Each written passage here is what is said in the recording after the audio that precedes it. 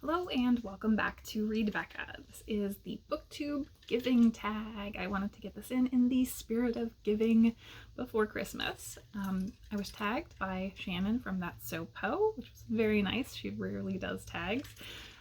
This is a tag that was created by Elliot Brooks several years ago, and she does it every year to bring attention to the Save the Children charity. So I will link all of that down below.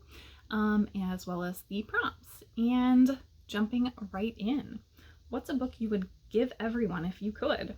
I would say Around the World in 80 Plants is an option that I read this year and really enjoyed, and I think would be a great gift book that you could pretty much give to anyone because it has beautiful illustrations all throughout. It has really almost poetic descriptive writing about the plants and where they're from, some informational facts about them, but it just really showcases the plants. So I think that would be a great gift book to give away.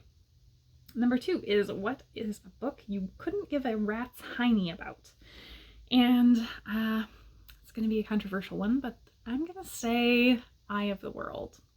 Now, obviously, that's huge right now with the Wheel of Time show.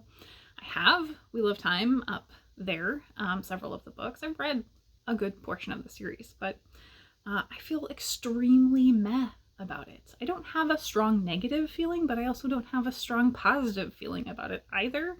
So I just sort of stopped reading it without really intending to. Number 3. Given that the holidays are coming up, what's a book you hope someone buys for you? If the holidays have passed when you do the tag, then given that the holidays are over, what's the book you wish someone had bought you? So I probably don't wish anyone would buy me a book. I doubt I will get any books for Christmas. I buy my own books for the most part. But I would say like the dream gift would be probably the Waterstones edition of The Binding by Bridget Collins. That is an all-time favorite of mine, and that particular edition is absolutely gorgeous. It's got the complete embossed naked hardback underneath, a beautiful dust jacket, as well as sprayed edges. I have Collins' other book in that edition, but at the point that I bought that, and really at the point that I read the book, when it finally became available in the US, that Waterstones hardback was no longer available to purchase. So I missed out on it when I realized it was a favorite. The other one would be probably the UK edition of Earthsea illustrated books. I have the US edition, so I can't really justify buying myself the UK edition as well, because the only real difference is that it is a naked hardback that has a black cover with kind of embossing on it. So it's a really gorgeous edition, and I would love to have 2 of them, but I don't need 2 of them. Number 4. What's a book or series you've given up on? Yet another probably controversial one. I'm gonna have to say probably the Dresden Files. I don't know that I've necessarily given up on it entirely, but I did read through up to current, which is 17 books, and I felt more negative about the books than I felt positive about them. I have since this year gone on to read Aeronauts Windless by Jim Butcher, and it was definitely better for me as a reader, but it still had many of the problems that I really found in Dresden Files. So I don't think I will be picking up the next one when it comes out. We had a few high points in the series, but especially with the last 2 books that were published more recently, it just really went downhill for me. So that's off the table for me. Number 5. Who is a character you wish an author would give more time to? That's a tough one. I think since this one's coming up, I'm really hoping that in The Fall of Babel, we get more of the Sphinx, because they are a really interesting character. And we've had little hints of backstory, but I think there could be a whole prequel novel about the character, and I would absolutely pick it up. Let's see, who is a character you wish an author would give less time to? And that's number 6. I think this one comes up all the time whenever anybody is reviewing Black Sun by Rebecca Roanhorse, but Narampa, the Sun Priest, like, is not the greatest character to follow. All of the other POV characters are way more interesting than Narampa is. Number 7 is, if you had to give up almost all of your books, which ones would you keep? I think mainly the ones I could reread indefinitely, so those would be my favorites shelf.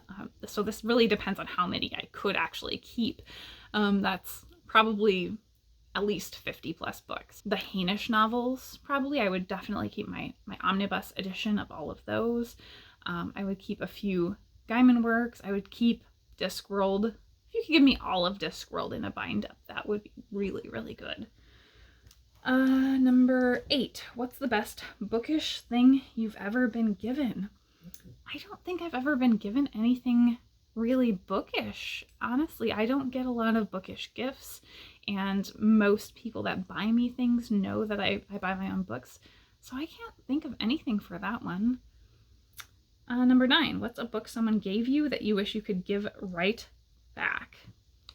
I think probably I've gotten a few books over the years from family that was clearly like religious proselytizing toward me, or was kind of trying to point me in the right direction, they thought, and I really had no interest in reading it, so I think those would probably be the books that I would hand right back.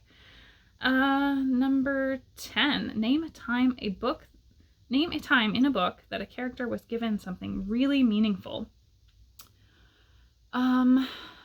This is not really super meaningful, I don't think, but the thing that immediately jumps to mind is Theodore the Wyvern in House in the Cerulean Sea, because he just really values collecting buttons, and so he is so overjoyed every time he gets a little button, even though they're not really meaningful, they're meaningful to him.